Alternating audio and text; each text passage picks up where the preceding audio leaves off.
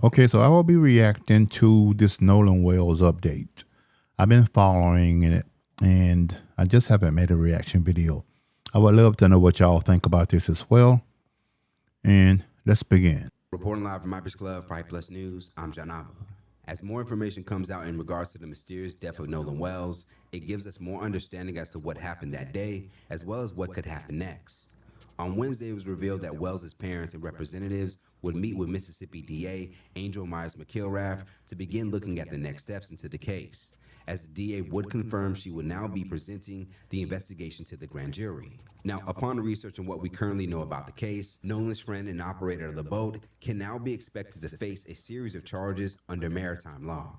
For those who don't know, in general, maritime law is a special body of law designed to govern issues on sea. Every boat and boat operators are expected to abide by these laws or face punishment. Now, one of maritime law's biggest things stressed for boat operators is known as duty of care, which is a legal obligation requiring ship owners, operators, and employers to protect crew members and passengers from harm by maintaining a safe and seaworthy vessel. Now, one thing that looks to be going under the radar is that a passenger is technically considered anyone who left with you on a boat you are operating, and at all times you as the boat operator are deemed responsible for their safety. Now, despite the circumstances that Wells supposedly wanted to stay, it still can be argued that he's still a passenger of the boat that would leave Horn Island at 4:30 p.m. And the fact that Wells was left with no communication, given that his phone was on the boat, makes things worse for the operator. All right, so let me go into details on that. So it was said that Nolan Wells, the boat was having water issues. Water was building up in the boat, and Nolan Wells' friends decided to head back inland. And it was said that Nolan Wells decided that he would stay back. So a lady, a friend by the name of Katie, said that Nolan Wells came there, and it's conflicting stories based on what the friend said and based on what Katie said. So that's part of the issue. So now they are saying possibly his friends could be facing manslaughter charges. Say they got his phone, deleted his phone, then returned it to his parents, and all that. So I have no idea what's going on. I'm trying to keep up. So let's see what's going on and see if y'all can come to any kind of conclusion on what's what with me. Again, a boat operator's responsibility is to return the specific passengers they brought out. Now, according to research, despite people being there on Horn Island, still does not fully excuse the boat operator from liability, but it can change the severity of the situation.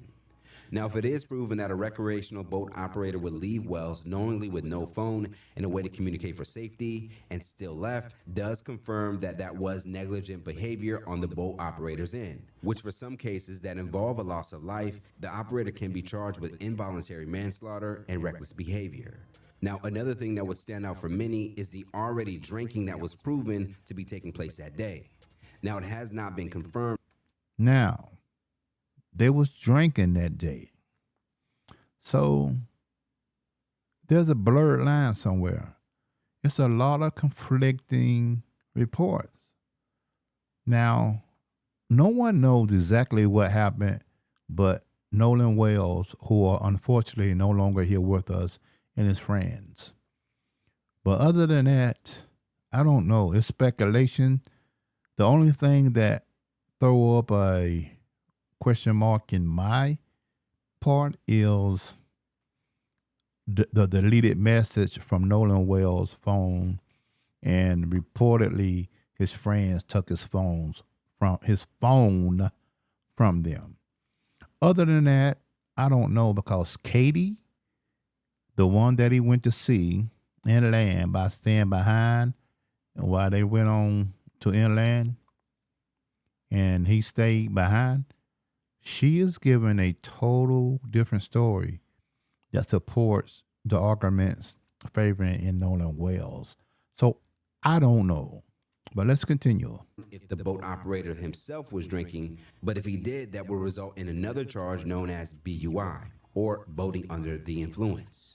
Which is why for many, the sheriff's initial reaction to the incident, with no arrest being made swiftly, despite the viral picture of 18-year-old Wells and his friends, seemingly of the same age, holding beers in their hands, was not a sense of conducting a thorough investigation. It made some feel that a cover-up was taking place. Now, in the state of Mississippi, the legal drinking age is still 21.